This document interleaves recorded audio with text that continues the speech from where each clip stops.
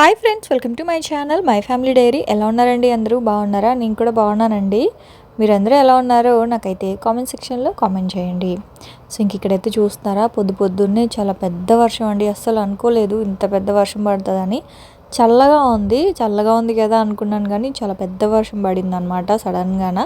ఇంకా బాల్కనీ అంతా ఒకసారి తుడిచేసి ముగ్గు అయితే పెట్టేద్దామని చెప్పేసి తుడుస్తూ ఉన్నా. ఇంకా ఇవాళ వ్లాగ్లో మీకు ఒక మంచి బ్రేక్ఫాస్ట్ రెసిపీ అయితే చూపిస్తాను. టమాటో ఆనియన్ దోశ, అలాగే ఉల్లిపాయ కొబ్బరి చట్నీ అనమాట, ఇంకా బేసన్ లడ్డు. ఇవాళ రెసిపీస్ అన్నీ చాలా బాగుంటాయి. కృష్ణాష్టమి స్పెషల్గా చేశాను అనమాట. బేసన్ లడ్డు ఈజీగా చేసుకోవచ్చు. అలాగే మీకు బాను తెలుసు కదండి, సో మా ఫ్రెండ్ తను నా కోసం అంటే నా శారీస్ మీదకి బ్యాంగిల్స్, తర్వాత క్లిప్స్, రబ్బర్ బ్యాండ్స్ అవన్నీ చేసి తీసుకొచ్చింది అనమాట. సో ఆ కలెక్షన్ అంతా కూడా మీతో షేర్ చేస్తాను. చాలా బాగున్నాయి.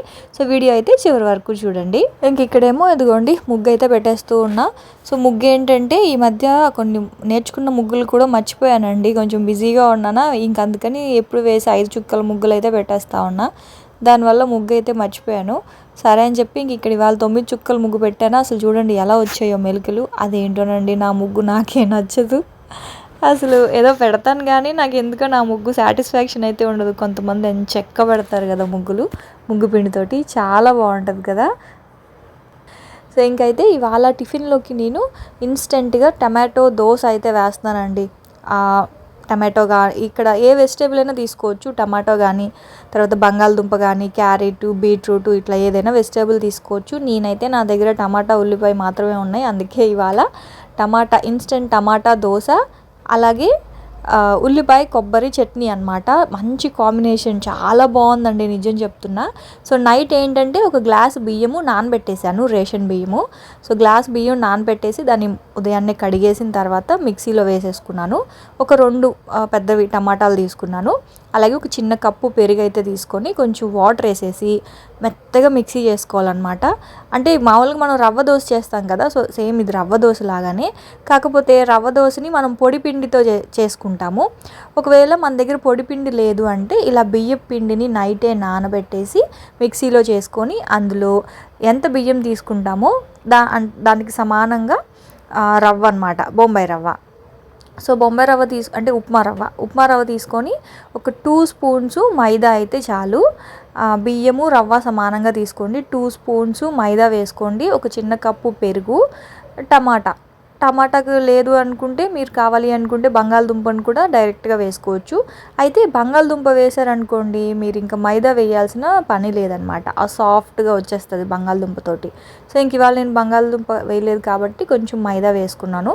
సో అవన్నీ బాగా మిక్స్ చేసేసి ఉప్పు కలుపుకొని, కారం కోసం మిరియాల పొడి అంటే కొంచెం క్రష్ చేసుకోవాలంట, అంటే మరీ మెత్తని పౌడర్ కాకుండా మిరియాలని కొంచెం కచ్చాపచ్చాగా దంచుకొని వేసుకున్నాను. అలాగే కొంచెం జీలకర్ర, కరివేపాకు, ఉల్లిపాయ, పచ్చిమిర్చి కట్ చేసి పక్కన పెట్టుకున్నా. ఇంకా దోశ వేసేటప్పుడు పెనం ఎలా ఉండాలి అంటే చాలా వేడిగా ఉండాలి. వేడిగా ఉండి అంటే దోశ వేయంగానే ఇంకా అంటుకుపోవాలన్నమాట. చూసారు కదా దోశ ఎంత పల్చగా ఉందో, దోశ పిండి ఇలా పల్చగా ఉంటేనే మనకి రవ్వ దోశ వస్తుంది అనమాట. చూడండి ఇలా వేడిగా పెనం ఉంటుందా, ఇలా పల్చగా వేయగానే ఇంకా అంటుకుపోతుంది అనమాట ఆ వేడి మీద. అదే పెనం వేడిగా లేదనుకోండి ఇంకా అలా అంటుకోదు. దోశ కూడా మనకి దోశ కాస్త ఉప్మా అయిపోతుంది. సో అప్పుడు రాదు మనకి సరిగాన. కాబట్టి ఫస్ట్ ఆనియన్స్, అసలు పెనం బాగా వేడిగా ఉందో లేదో చూడండి, తర్వాత ఆనియన్స్ వేయండి. తర్వాత పల్చగా కలుపుకున్న పిండితోటి ఇలా అట్లయితే వేసేసుకోండి. ఇన్స్టెంట్ అండి, కానీ టేస్ట్ మాత్రం చాలా బాగుంటుంది. కాకపోతే దోశని మీడియం ఫ్లేమ్లో పెట్టి మనం ఫ్రై చేసుకోవాలి, అప్పుడైతేనే క్రిస్పీగా వస్తుంది అనమాట. హై ఫ్లేమ్లో పెడితే క్రిస్పీగా రాదు. సో ఇంకో వైపు ఏంటంటే దోశలు అయితే వేస్తూ ఉన్నా, ఎందుకంటే టైం పడుతుందండి అది కాలడానికి. సో అది కాలే లోపల ఈ లోపల చట్నీ కోసం అయితే ఇక్కడ నేను కడాయిలో ఒక 2 స్పూన్స్ ఆయిల్ వేసుకొని ఒక 1/2 కప్పు పుట్నాలు, ఆ తర్వాత ఒక 5-6 పచ్చిమిరపకాయలు, మనం తినే కారాన్ని బట్టి పచ్చిమిరపకాయలు వేసుకోండి. ఎండుమిరపకాయలతో కూడా చేసుకోవచ్చు ఈ చట్నీ, బాగానే ఉంటుంది. సో నేనైతే పచ్చిమిర్చి వేసుకున్నా. ఒక పెద్ద సైజు ఆనియన్ కట్ చేసి వేసుకొని ఒక 1/2 కట్ట పుదీనా వేసుకున్నాను. ఒక 4-5 వెల్లుల్లి రెబ్బలు. సో ఇప్పుడు వీటన్నిటిని కూడా కొంచెం మంచిగా ఫ్రై చేసుకోవాలి. చింతపండు అయితే నేను వేయను, టిఫిన్లో తినే వాటిలో నేను చింతపండు వేయనండి, ఎందుకో నాకు నచ్చదు. అన్నంతో తింటాం కదా పచ్చళ్ళు, అసలు అన్నంతో తినే పచ్చళ్ళలో మాత్రం చింతపండు అయితే వేసుకుంటా. ఇడ్లీ దోశతో తినేటప్పుడు నేను వేయను, ఎందుకంటే ఇప్పుడు ఉల్లిపాయ కొంచెం తీయగా ఉంటుంది కదా, సో చింతపండు వేస్తే ఆ స్వీట్నెస్ పోతుంది. అందుకని చెప్పి ఇంక నేను చింతపండు వేయను అనమాట. సో మీరు కావాలి అనుకుంటే ఒక చిన్న చిటికెడు అట్లా కొంచెం చింతపండు కూడా వేసుకోవచ్చు, కానీ నేను వేయను. సో అవన్నీ ఉల్లిపాయ, పచ్చిమిర్చి, పుట్నాలు, ఆ తర్వాత వెల్లుల్లిపాయ, పుదీనా అవన్నీ అక్కడ మగ్గుతూ ఉంటాయి. కొబ్బరి అయితే కట్ చేయమని మా వారికి చెప్పాను, కట్ చేసి ఇస్తాను. ఒక హాఫ్ కొబ్బరి చిప్ అయితే చాలన్నమాట. సో ఇంక ఇక్కడ చూసారా, ఈ దోశ కాలడానికి నాకు దాదాపు 5 to 6 minutes పట్టిందండి. అంటే అంత మీడియం ఫ్లేమ్లోనే కనుక మనం ఫ్రై అంటే బాగా కాలనిచ్చామంటే దోశని, చూడండి ఎంత క్రిస్పీగా వచ్చిందో. టేస్ట్ కూడా అండి టమాటో ఫ్లేవర్ తోటి బాగుంది. సో దోశ ఏమో టమాటా ఫ్లేవరు, అంటే ఆనియన్స్ కూడా వేసుకున్నాం కాబట్టి టమాటో ఆనియన్ దోశ అనుకోవచ్చు. ఇంక ఇక్కడేమో ఉల్లిపాయలు ఇవన్నీ కూడా బాగా మగ్గిపోయాయి కదా, మగ్గితే చాలు, మరి ఎర్రగా వేగాల్సిన అవసరం లేదు. సో ఉల్లిపాయలు మగ్గిపోయాయి కాబట్టి ఒక హాఫ్ కొబ్బరి చిప్పని వేసేసి కొంచెం సాల్ట్ వేసి ఇదిగోండి ఇలా మిక్సీలో చట్నీ చేసేసుకున్నాను అనమాట. సో ఇదిగోండి కొంచెం పోపు పెట్టేసుకుంటే మనకి ఉల్లిపాయ కొబ్బరి చట్నీ రెడీ అండి. చాలా కమ్మగా ఉంటుందండి ఈ దోశ తోటి, అసలు మంచి కాంబినేషన్ అనమాట. సో ఖచ్చితంగా ట్రై చేయండి. చట్నీ మాత్రం, దోశ మాత్రం చాలామందికి తెలిసే ఉంటుందిలేండి రవ్వ దోశ, కాకపోతే వెజిటేబుల్స్ వేసి కూడా చేసుకోవచ్చు అని చెప్పడానికి నేను ఇలా టమాటా దోశ అయితే వేసా. టమాటాకి బదులుగా మీరు కావాలంటే చెప్పా కదా, బంగాళదుంప, క్యారెట్, బీట్రూట్, ఆకుకూరలు ఏవైనా సరే ఇంకా మిక్సీ చేసేసుకొని బియ్యంతో పాటు చేసుకోవచ్చు. ఒకవేళ బియ్యం పిండి అంటే బియ్యం మిక్సీలో చేయకుండా మన దగ్గర పొడి బియ్యం పిండి ఉంటుంది కదా, దాంతో చేయాలి అనుకుంటే వెజిటేబుల్స్ని ఎంచక్క మిక్సీలో చేసి ఆ జ్యూస్ని కలుపుకోవచ్చు అనమాట. సో అది ఇంకైతే మా వారికి ఇచ్చేసి వచ్చాను. ఇంకా మా వారికి పిల్లలకి అయితే బాక్స్ లేదు, అంటే లంచ్ బాక్స్ ఏం లేదు. మా వారినేమో బయట తినేమని చెప్పా క్యాంటీన్లో. ఇంకా పిల్లలకి ఏమంటే ఇవాళ హాఫ్ డే కాబట్టి వాళ్ళు మధ్యాహ్నం నుంచి వచ్చేస్తారు, ఇంకా అందుకని చెప్పేసి ఏం చేయలేదు. ఇంకా మొత్తం అంతా సామాన్లన్నీ కూడా డిష్ వాషర్లో సర్దేస్తూ ఉన్నాను. అయితే ఇవాళ కృష్ణాష్టమికి ఒక స్పెషల్ రెసిపీ అయితే చూపించానండి, బేసన్ లడ్డు. చాలా ఈజీ, ఇంకా చాలా టేస్టీ అనమాట. మొత్తం నెయ్యితో చేశాను, చాలా బాగా వచ్చింది. సో ఒకసారి మీరు కూడా ట్రై చేయండి, రెసిపీ అయితే ఉంటుంది, చూస్తూ ఉండండి. ఇంక ఇక్కడేమో మా వాళ్ళందరూ వెళ్ళిపోయారు కదా, ఇంక ఇంట్లో పని అయితే ఉంటుంది కదండి. ఫస్ట్ అయితే ఇంకా షింక్లో సామాన్లు అవన్నీ కూడా డిష్ వాషర్లో అయితే పెట్టేస్తూ ఉన్నాను. పడినవి పడినట్టు అయితే పెట్టేస్తానండి.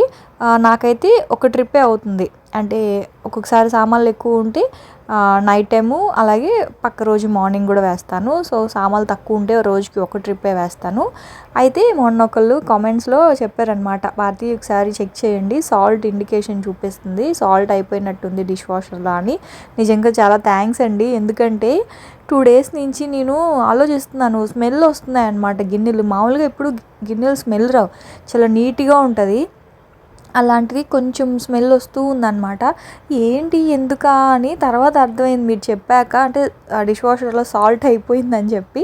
తర్వాత మళ్ళీ సాల్ట్ అయితే ఫిల్ చేశాను, అప్పటి నుంచి మళ్ళీ నీట్గా వాష్ చేస్తుంది అనమాట. అంటే డిష్ వాషర్లో మొత్తం 3 వేస్తామండి, సాల్ట్, లిక్విడ్, తర్వాత డిటర్జెంట్. సాల్ట్ ఏంటంటే ఒక 2 weeksకి ఒకసారి అలా వేయాలి.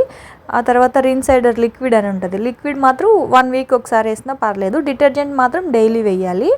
సో ఈ సాల్ట్ ఒకసారి ఫిల్ చేసేస్తాం కదా, అయిపోయిన వెంటనే మళ్ళీ అదే అడుగుతుంది అనమాట. యాక్చువల్గా నాకు డెమో ఇచ్చినప్పుడు చెప్పారు, నేను అది మర్చిపోయాను. కానీ మొన్న రీసెంట్గా కామెంట్స్లో ఒకళ్ళు చెప్పారు, చాలా థ్యాంక్స్ అండి. యాక్చువల్గా లేకపోతే నేను మర్చిపోయాను దాని సంగతి. నేను ఏంటంటే 20 daysకి అలా వేద్దాంలే అనుకుంటున్నాను అనమాట, కానీ 15 daysకే అయిపోయింది. సో 15 daysకి అయిపోయిన వెంటనే అది ఫిల్ చేసేస్తే గిన్నెలు నీచు సామాన్లు పెడతాం కదా ఇప్పుడు నాన్ వెజ్ వండినవి, సో అది స్మెల్ ఏం లేకుండా చాలా నీట్గా వస్తాయి అన్నమాట అది.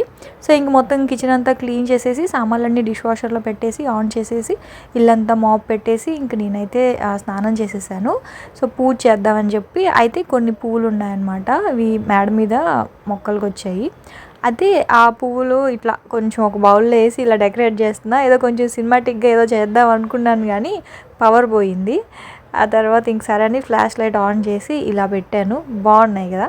సో ఇంకా పూజ అయితే చేసేసుకున్నా. నా దగ్గర చామంతి పూలు అవి ఉన్నాయన్నమాట, అందుకని చెప్పి అవన్నీ దేవుడికి పెట్టేసా, చామంతి పూలు, రోజా పూలు. ఇంకా మేడ మీద మొక్కలకు వచ్చిన పూలేమో అలా బౌల్లో వేసి పెట్టాను.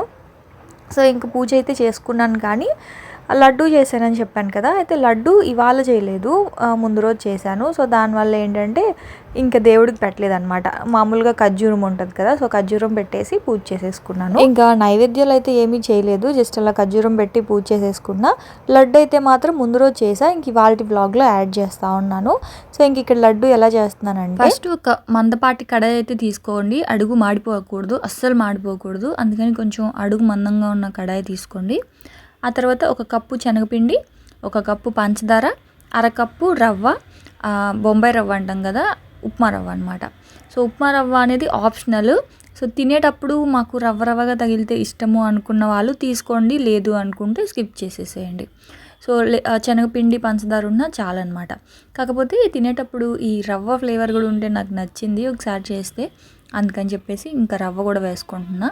ఆ తర్వాత ఇది బయట నుంచి తెచ్చిన శనగపిండేనండి, ఇంట్లో తెచ్చింది, ఇంట్లో పట్టింది ఏం కాదు.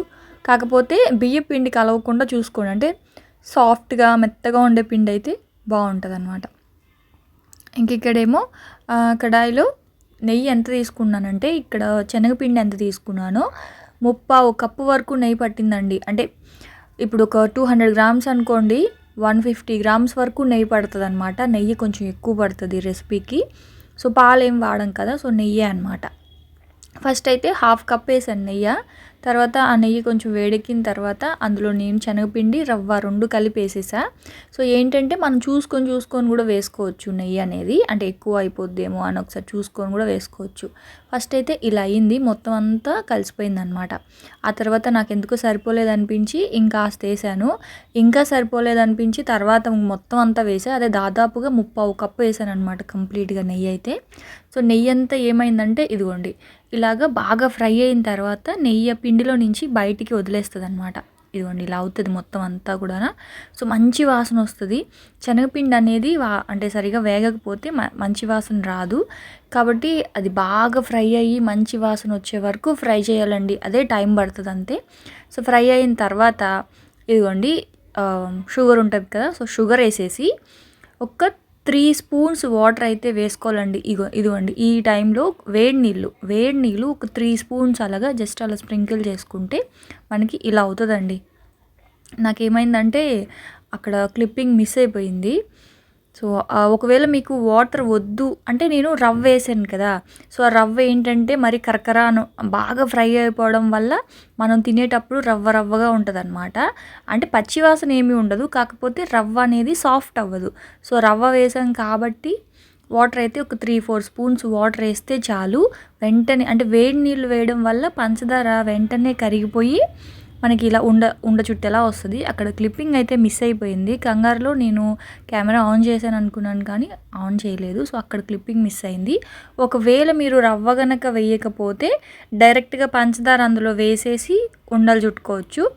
లేదు రవ్వ గనక వేస్తే ఆ రవ్వ మనకి సాఫ్ట్గా తింటేనే బాగుంటుంది. చూడండి మనం రవ్వ లడ్డు కూడా వేడి నీళ్ళతో ఉండ చుడతాం కదా, సో అలా అనమాట. సో లాస్ట్లో వేడి నీళ్ళు కొంచెమే వేయండి, ఎక్కువ ఎట్టి పరిస్థితుల్లో వేయద్దు. నాకైతే ఆ క్లిప్పింగ్ మిస్ అయింది. ఎక్కువ కనుక వేస్తే జారిపోతుంది లడ్డు, అసలు బాగోదు. సో ఇంకా ఫైనల్గా లడ్డు అయితే ఇలా వచ్చేసిందండి, చాలా సింపుల్. ఫస్ట్ పిండిని వేయించుకొని పంచదార కలిపేసి కొంచెం వేడి నీళ్ళు స్ప్రింకిల్ చేసుకొని ఉండ చుట్టేసుకోవడమే అనమాట. చాలా టేస్టీగా ఉంటుంది, నోట్లో వేసుకుంటే కరిగిపోద్దండి, అంత బాగుంటుంది. మైసూర్పాకు, తొక్కుడు లడ్డు రెండింటిని మిక్స్ చేస్తే ఎలా ఉంటుందో అలా ఉంటుంది. అది కాకుండా ఇంత నెయ్యి వేసుకున్న తర్వాత లడ్డు బాగుండకుండా ఎందుకు ఉంటుంది చెప్పండి, అంత బాగుందన్నమాట. అయితే ఇంకా పూజ అయిపోయిన తర్వాత ఇంక నేను కొంచెంసేపు పడుకున్నాను. ఇంక ఈ లోపల భాను అయితే వచ్చింది. నేను మొన్న శారీస్ తీసుకున్నాను కదా వరలక్ష్మి వ్రతానికి, సో ఆ శారీస్ మీదకి బ్యాంగిల్స్ అయితే చేసి తీసుకొచ్చిందనమాట. అసలు ఎంత బాగున్నాయోనండి. ఈ బ్యాంగిల్స్ ఎలా తయారు చేయాలి అని తెలుసుకోవాలి అని మీరు అనుకుంటే తను వీడియో పెడుతుందండి, తనకి యూట్యూబ్ ఛానల్ ఉంది. సో ఒకసారి ఆ ఛానల్లోకి వెళ్ళి చూస్తే మీకు అసలు ఈ బ్యాంగిల్స్ ఎలా తయారు చేసుకోవచ్చు మనం ఇంట్లో అని చెప్పి ఒక ఐడియా వస్తుంది. సో ఆ ఛానల్ లింక్ అయితే నేను డిస్క్రిప్షన్లో ఇస్తాను, ఒకసారి చూడండి. మీకు కనుక నచ్చితే ఛానల్ని సబ్స్క్రైబ్ చేసుకోండి.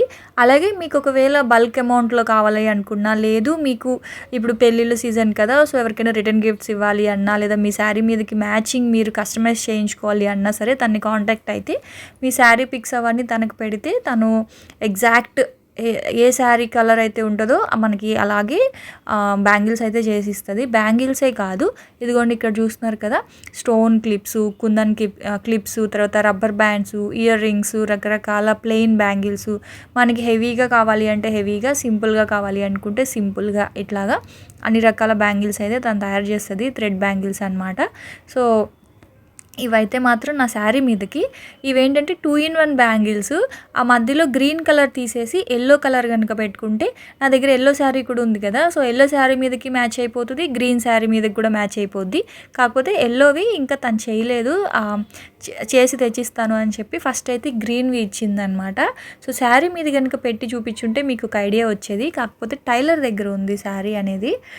సరే అని చెప్పి ఇంక ఇలా అసలు ఎంత బాగున్నాయండి, చాలా బాగున్నాయి అనమాట. వేసుకుంటే కరెక్ట్ సైజు. నాకు యాక్చువల్గా నా సైజ్ దొరకవు బ్యాంగిల్స్ అంత ఈజీగానా. సో తను ముందే నా సైజ్ మెజర్మెంట్ తీసుకొని చేసి ఇచ్చింది. ఇంకా ఇవన్నీ కూడా క్లిప్స్. సో ఇవి అసలు మనకి చామంతి పూలు ఉంటాయి కదా, సో అలా ఉన్నాయన్నమాట. అవి అయితే మాత్రం నేను ఎక్కువ పెట్టుకుంటా.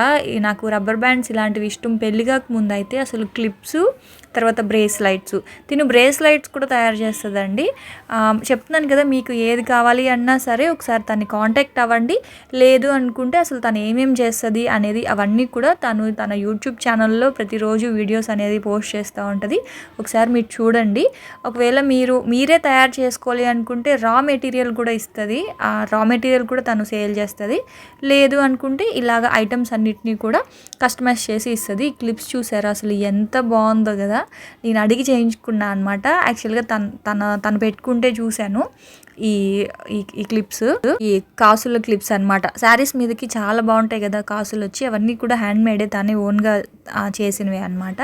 ఇంకా ఇదిగోండి ఈ రబ్బర్ బ్యాండ్ చూసారా, ఇది ఒక పువ్వులాగా ఉంది కదా.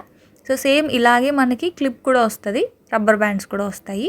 ఇంకా ఇవి ప్లెయిన్ ఉన్నాయి కదా, మనకి శారీ మీదకి మ్యాచింగ్ కలర్స్ కావాలి అంటే కూడా కలర్స్ కూడా చేసి ఇస్తుంది అనమాట. ఇంక మొత్తం కాంబో సెట్ అండి. Bangles, clips, hair bands, ear rings, ఇట్లా అన్నీ కూడా చేసి ఇస్తుంది. ఇది ఇంకోటి. సో ఇది కూడా శారీ మీదకే చేసిందనమాట, గ్రీన్ కలర్ రెడ్ కలర్ కాంబినేషన్లో. సో మనకి మ్యాచింగ్ పెట్టుకోవడం ఆడవాళ్ళకి బాగా ఇష్టం కదా. సో నాకైతే ఆ క్లిప్ కూడా బాగా నచ్చింది, గ్రీన్ రెడ్. తర్వాత ఇంకా కాసులు డిజైన్తో ఉంది కదా క్లిప్పు, అదైతే నాకు భలే నచ్చింది అసలు. ఎగ్జాక్ట్ నా దగ్గర కాసులతోటి బ్లౌజ్ ఉందన్నమాట. శారీ మీదకి మగ్గం వర్క్ చేయించుకుంటాం కదా, సో ఆ బ్లౌజ్ ఉంది, దాని మీదకి ఎగ్జాక్ట్గా మ్యాచ్ అవుద్ది.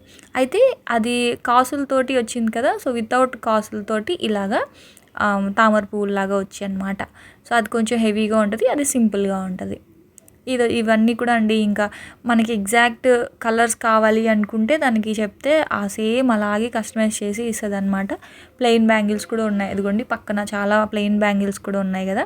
సో అది ఇదిగోండి ఇలా ప్లెయిన్గా ఇలా క్లిప్పు ఏంటంటే, నేను ఫస్ట్ అనుకున్నాను కొంచెం బరువుగా ఉంటాయేమో అనుకున్నా యాక్చువల్గా ఈ క్లిప్స్, కానీ అసలు ఏం బరువు లేవు. బరువు ఉంటే జారిపోతాయి కదా జడకు పెట్టుకుంటే, అలా ఉంటాయేమో అనుకున్నాను కానీ అసలు బరువు లేవు. అలా అని చెప్పేసి క్వాలిటీ కూడా చాలా బాగుంది. ప్లాస్టిక్ కాదు అది, ఇదంతా కూడా మెటలే అనమాట. సో మెటల్ క్లిప్స్ అవి, ప్లాస్టిక్ క్లిప్స్ కాదు. సో అది ఇంక ఇవి వచ్చేసి మనం అటు ఇటు పక్క పిన్నులు పెట్టుకుంటాం కదా, సో ఇవి స్టోన్స్తో వచ్చిన పిన్స్ అనమాట. సో నిజంగా చెప్తున్నానండి, బయటతో కంపేర్ చేస్తే దీని దగ్గర కొంచెం ప్రైస్ కూడా తక్కువే ఉంది, ప్లస్ క్వాలిటీ కూడా చాలా బాగున్నాయి. సో నేనైతే అవన్నీ తీసుకున్నా అనమాట. సో మీకు కూడా కావాలి అనుకుంటే తను కాంటాక్ట్ అవ్వండి. ఒకసారి తన యూట్యూబ్ ఛానల్ చూసారే అంటే మీకు కూడా ఒక ఐడియా వస్తుంది. నచ్చితే తన ఛానల్ని కూడా సబ్స్క్రైబ్ చేసుకోండి, ఓకేనా. సో నేనైతే మళ్ళీ రేపటి వ్లాగ్లో మళ్ళీ వచ్చేస్తా. అప్పటి వరకు ఉంటాను. Bye friends, bye.